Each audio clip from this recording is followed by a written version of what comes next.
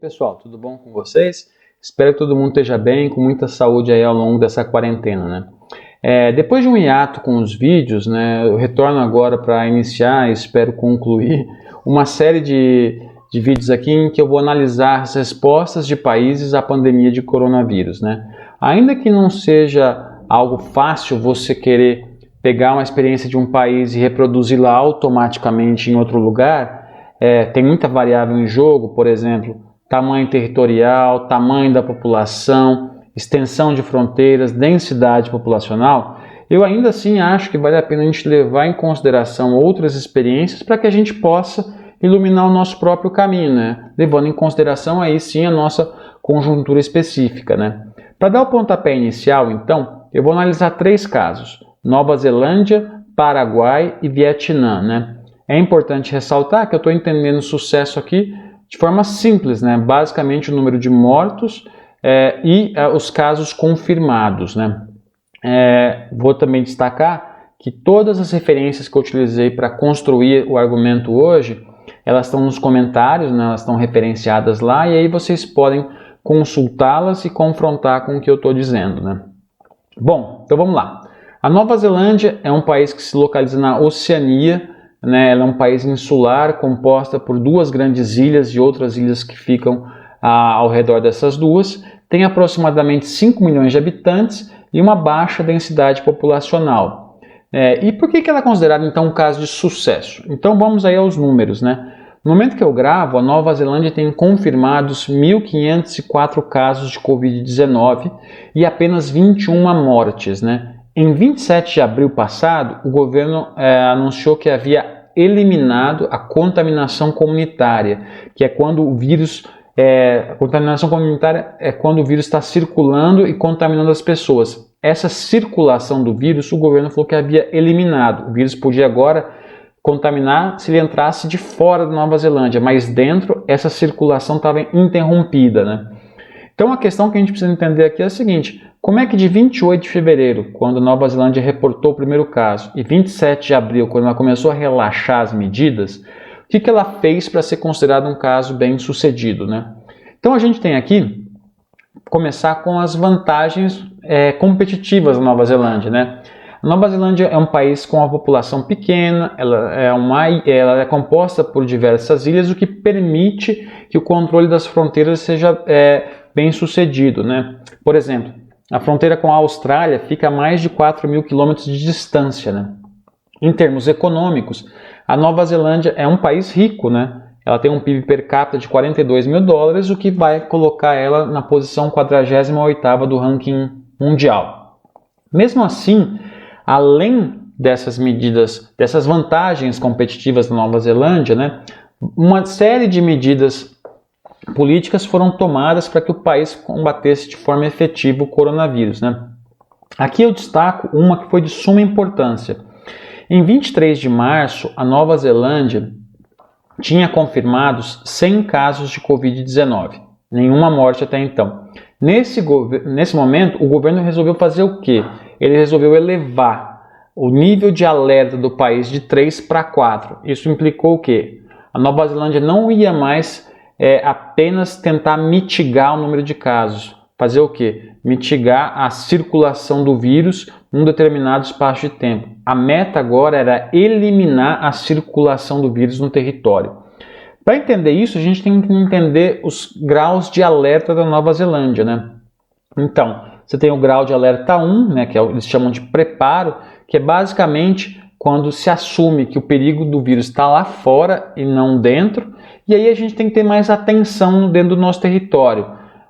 Escolas, comércios, tudo isso ainda está funcionando, né? Mas as medidas de higiene têm que ser tomadas, né? O nível de alerta 2, chamado de redução, é quando o governo reconhece que já tem alguma contaminação comunitária, né?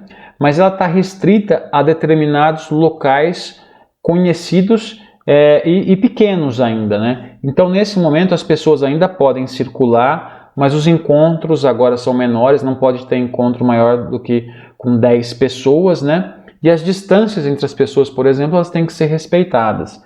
O alerta 3, que aí é a restrição, é o momento em que o governo assume que a contaminação comunitária está ocorrendo ela está indo para outros lugares, está se expandindo, ela não está controlada como no alerta 2, mas aí o governo vai precisar, nesse momento, iniciar um número maior de testes e de medidas de isolamento, né? Então aqui é nesse momento que se recomenda que as pessoas não saiam mais de casa, né? Só quando for necessário. E por fim, o alerta 4, o lockdown, é quando a contaminação comunitária é um fato, outros clusters, né, de contaminação estão surgindo e aí não tem saída, né? Não há alternativa a não ser que as pessoas fiquem em casa, saiam só quando o necessário mesmo, e todo tipo de aglomeração está banido, né? Então vejam, nesse dia 23 de março, que eu citei agora, a Nova Zelândia resolveu elevar o nível de alerta para 3. Só que, não satisfeita, 2 dias depois ela elevou para o nível 4. Então, em 25 de maio já estava o alerta em nível 4 e as pessoas estavam sendo instruídas a sair só apenas quando estritamente necessário. As fronteiras do país já tinham sido fechadas em 19 de março, com exceção para os naturais do país e os residentes que estavam voltando. Mesmo essas pessoas, no entanto, elas tinham que passar por uma quarentena obrigatória de 14 dias. Esse alerta 4 só baixou, né, para 3 em 27 de abril, e aí as pessoas começaram a circular mais, né? E mais recentemente, salvo engano, dia 11 de maio, o alerta caiu para o nível 2, mas ele vai ser revisto a cada 2 semanas, né?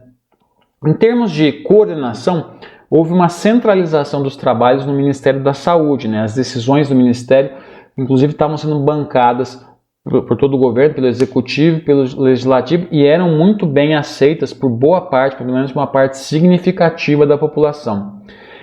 Em termos de combate, né, 2 estratégias foram interessantes utilizadas pela Nova Zelândia. Uma foi o rastreamento, né? Tão logo uma pessoa era identificada com Covid-19, o seu círculo mais próximo era contatado e eventualmente testado para ver se a doença tinha se expandido, né?